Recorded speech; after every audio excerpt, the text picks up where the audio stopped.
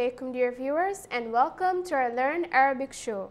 Right, you all know that a whole surah, a whole chapter in the Quran was revealed in the honor of the family of the Ahlul Bayt. The whole family of Ahlul Bayt, the chapter of Surah al-Dahr was revealed.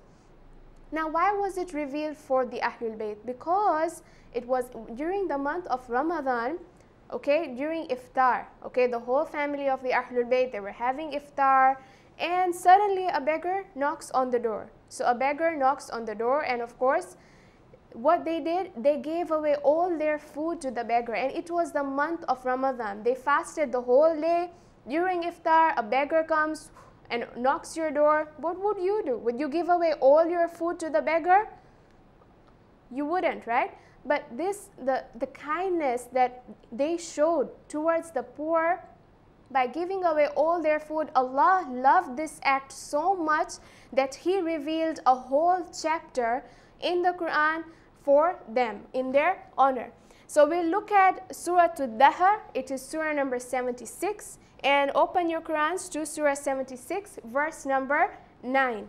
So this is one of the verses. It says, Bismillahir Rahmanir Rahim, إِنَّمَا نُطْعِمُكُمْ لِوَجْهِ اللَّهِ لَا نُرِيدُ مِنْكُمْ جَزَاءً وَلَا شُكُورًا. Okay? So, إِنَّمَا, we feed you. Okay? نُطْعِمُكُمْ, okay, is we feed you. Okay? نُطْعِمُكُمْ. Now this word here, of course, you know the translation, meaning that we feed you only for Allah's sake. إِنَّمَا نُطْعِمُكُمْ لِوَجْهِ اللَّهِ. Okay? لَا نُرِيدُ مِنْكُمْ جَزَاءً. We do not seek of you any recompense. وَلَا شُكُورًا, nor thanks. Okay? So that was the translation. Now to look at the Arabic part of this verse.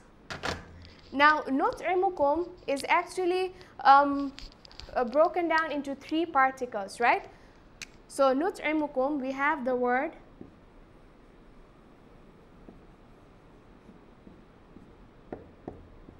nut'imukum, right? So this is broken down into three. Okay, the first thing we have is the noon. Okay, then we have ta'amu,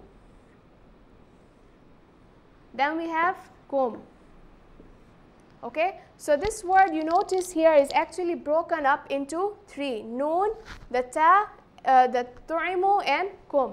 Now noon comes from the pronoun. Okay, this is actually a tense, meaning we feed you. Okay, noon comes from the pronoun nahnu. If you remember in the present tense, when we were discussing about nahnu, we said that the addition of noon to the root verb will be at the beginning. So I can say nahnu naktubu, nahnu naqra'u, so that noon, okay? Okay? Nut'imukum. But of course, sometimes it's too much. Why here there is a nominative, why not accusative? That is too getting in too much into the depth of grammar, which I don't want to go there right now for your level. So this basically, this noon comes from nahnu, meaning we. Okay? Tu'imu. Now the meaning of food means ta'am. Ta'am. Ta'amun means food. Okay? Nahnu ta'amun. Ta'amun means food. So tu'imu, nut'imu, we give food. Okay? Kum. Kum is referring to you, okay? You all, okay? You all. You know when you greet someone, you say Assalamun alaykum, okay? So that kum meaning Assalamun, meaning peace, alaykum, peace be upon you. So that you is the kum at the end. You know when you say Assalamun alaykum, that kum is referring to you all, peace be upon you all, right? Now here it's the same thing. Nut'imukum, we give food to you all. Now do you see how Arabic is so much simplified? If I were to translate this, it would be translated as we give food to you all. Do you see how long it is? It's really long, but Arabic simplifies it just in one word, just in the word nut'imukum. This whole sentence is fit in. Okay, we give food to you all, nut'imukum. Okay. Then it goes on, liwajhillahi, for the sake of Allah. Now you notice again there is a harful jar. Okay, there is a harful jar, li. Remember the words I gave you, that list? We had the prepositions, like for example, an, about, then we had fi, in. Okay, then we also had li. Li meaning for.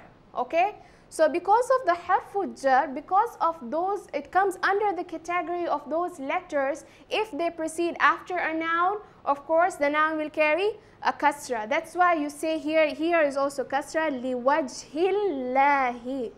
Okay, so you notice again, here there is a kasra and here there is a kasra. Why? Because of the harful jar, li. Okay, so liwajhillahi. Okay, then another thing you notice in this word, the same word here, we notice this sign here. You know, when you open the Quran, you will see the sign here on top of the alif. What is that sign? In the very beginning sessions, I had told you that this sign is hamzatul wasla, meaning that the hamza is not being pronounced, right? So if I'm going to pronounce it, I will join it. Okay, so basically joining it to the two of them. So I'll say liwajhillahi.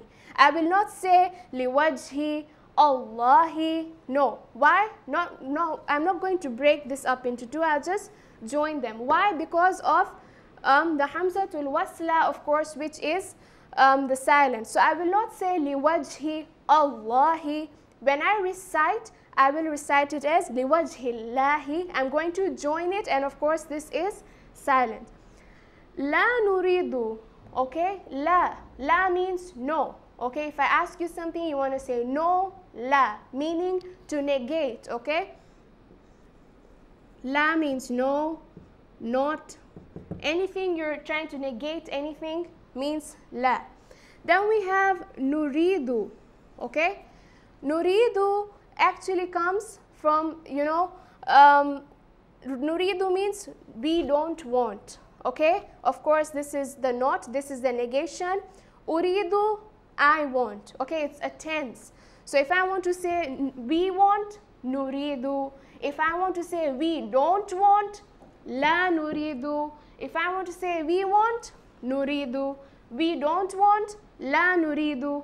I want, uridu. You want, turidu. Okay, she wants, again, turidu. You female want, turidina. Okay, so this is a tense, and of course the addition is taking place at the beginning, which is noon, and we said noon goes with the pronoun nahnu, meaning we. Okay, so nuridu, we want. Uridu, if I add instead like this, if I write it like this, uridu, I want. Turidu, you masculine want. Turidina, you feminine want. So la nuridu, we do not want, minkum, from you. Again the kum means referring to you all. Okay, min, again min means from. Jaza'an, any reward. Wala shukura, neither any recompense. Okay, so the verse will be translated as we do not want, we feed you, of course, we feed you only for the sake of Allah. We do not want from you any recompense or thanks. You know, you say shukrani. Shukrani in Swahili means thanks. In Arabic we say shukura. We do not want from you, la nuridu minkum jaza'an wala shukura. So this whole chapter was revealed for the Ahlul Bayt because they gave away their food, and they gave away their food without expecting any thanks or any recompense in return. They gave away food. Their only intention was for the sake of Allah. So the whole chapter of Surah al-Dahr was revealed because Allah, of course, loved their act. Right. Now we just have one last pronoun to finish up, and there is something important about that pronoun that I want you to note. So that was chapter of Surah al-Dahr, verse number 9. Right. Now remember we had done about the pronouns Huma,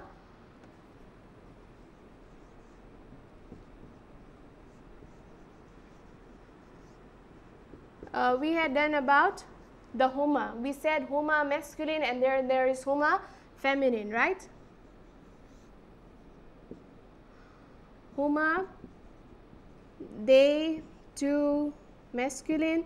Now we said Huma, they two feminine, right? Huma, they two masculine, Huma, they two feminine, right? So say I have the root verb, say nazara. Okay, so my root verb here is nazara. That is my root verb, right? So if I want to say they two masculine see, nazara, he saw. They two masculine see, it will be yanzurani. So there are two additions, one at the beginning, which will be the ya, and the one at the end. This is just a revision, because from this there is some important point that I want you to know. That's why I'm doing the revision of this first. So, and we notice at the end we had an alif, noon with a genitive, right? So we have ya and then we have this. Then when we looked at the feminine, we said at the beginning the addition is what? The ta, right? And at the end we noticed that the addition was again the same alif, noon, sakin. Of course this ta has an accusative on top, and that also has an accusative, right? So Huma, so if I want to say, use the root verb nazara, so I'll say Huma yanzurani, okay? So Huma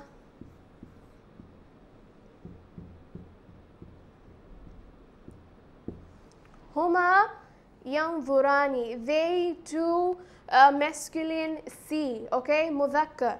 Now what about for the feminine, for the muannath? Huma tanzurani, okay? So this will be tanzurani. Now one thing I want you to note is today we'll be covering the pronoun antuma, okay? Now the one thing to note is if I when we are covering the pronoun antuma, antuma will follow the same trend as Huma feminine, okay?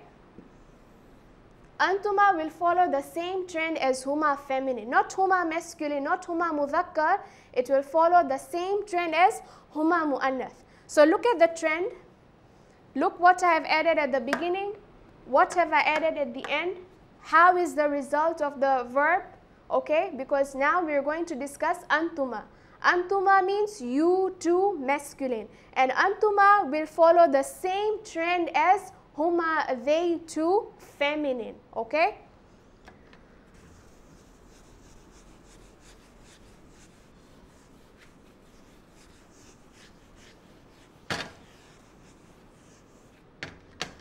Okay, so I have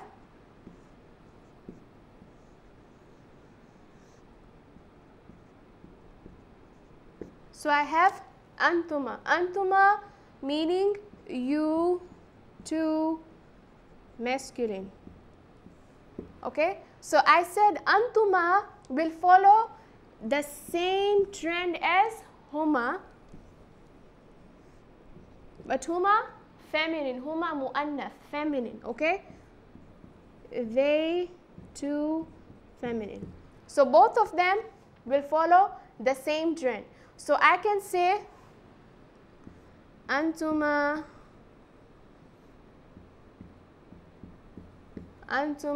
say taktubani,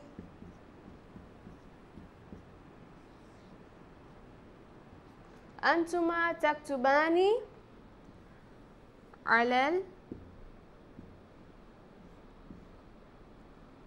ala sabura.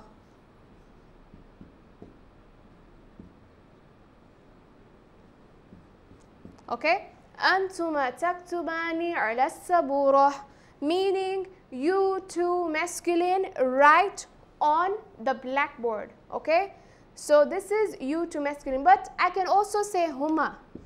Instead of saying Antuma, I can also say Huma, of course referring to two female. I can also say Huma taktubani ala sabura. They two female wrote on the blackboard. Okay? Or I can say Antuma taktubani ala sabura. You two masculine wrote on the blackboard. So this taktubani, the trend will be the same for Antuma and Huma. Okay? So the trend for these two will be the same. Okay, let's look at another example.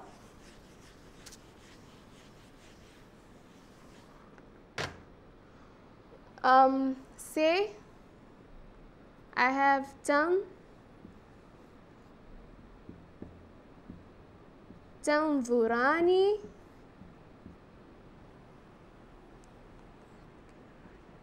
تنظراني في الحديقة. تنظراني في الحديقة. Right? So I have a sentence, تنظراني في الحديقة. Okay? Now if I just say تنظراني في الحديقة, I can be referring to Huma. I can be saying maybe they two female look in the garden. Or I could be saying maybe you two male look in the garden. It is vague. Okay, if I write a sentence like this, it is vague. Okay, because when I say تنظراني, I could be referring to Huma تنظراني, or I could be referring to Antuma تنظراني. So it's better in such cases to specify. Am I talking about they two feminine, or am I talking about you two masculine, right? So I can say Huma تنظراني في الحديقة. Okay, they two female look in the garden. Okay, now fi, you notice again, fi is what? Fi is a preposition. Fi is a preposition, meaning in. Okay, fi means in, it's a preposition. Now this fi comes before the word hadiqa. Hadiqa means garden. This fi comes before hadiqa. And you notice that the hadiqa is hadiqati. Okay, this carries again genitive. So I cannot say hadiqata, that is wrong. I cannot say hadiqatu, that is also wrong. Why? Because hadiqa comes after a preposition, fi. So if any preposition comes before an object, the object of the sentence of course is hadiqa, garden. If any preposition comes before an object, the object will therefore carry a genitive. So I can say Huma تنظران في الحديقة, or I can say Antuma. I can also say Antuma تنظران في الحديقة. So this is what I wanted to clear. So there are two sets of pronouns which follow the same trend in the present. One we have is Huma and Antuma, and the other one that we have is hiya and anta, if you remember. The other one which we have is hiya and anta. Okay, let me put it down more. So the other two sets of pronouns which follow the same trend, we have hiya and we have anta. But to note that this is only in the present tense. In the past tense, all of them have different trends, okay? So hiya meaning she, and of course anta meaning you, masculine. Okay, hiya meaning she, anta meaning you, masculine, right? So for example, I can say تذهب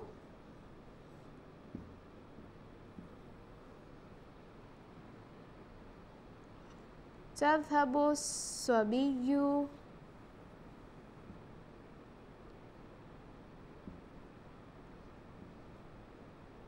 تذهب الصبي في الدرس.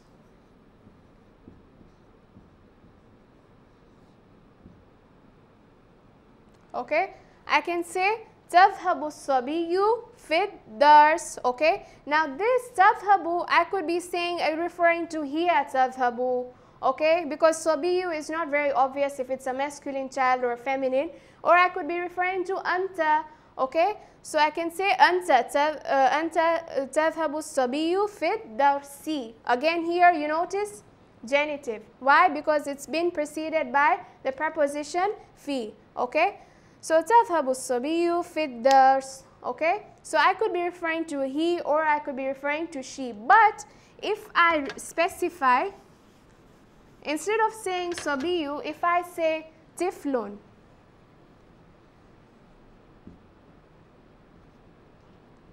okay, تذهب طفل في الدرس. Okay, if I say طفل, it's very obvious. I'm referring to you masculine. I'm not referring to she, because طفل means masculine child. Okay, it means masculine. So I can just say تذهب طفل في الدرس. And one more thing to note is that طفل is the fa'il. طفل is the doer of the action. Is the fa'il. What is a fa'il? What is a doer? A doer is the particle in the sentence that comes after a verb, and it will always carry a nominative sign. It will always carry dhamma. I cannot say طفل, tanween, that is wrong. So it's only تذهب طفل. I cannot say طفل, طفلا, طفلين, طفلة. It's wrong, right? So تذهب طفل في الدرس. But what if I change it again? I want to refer to female child, you know. So I can say طفلة.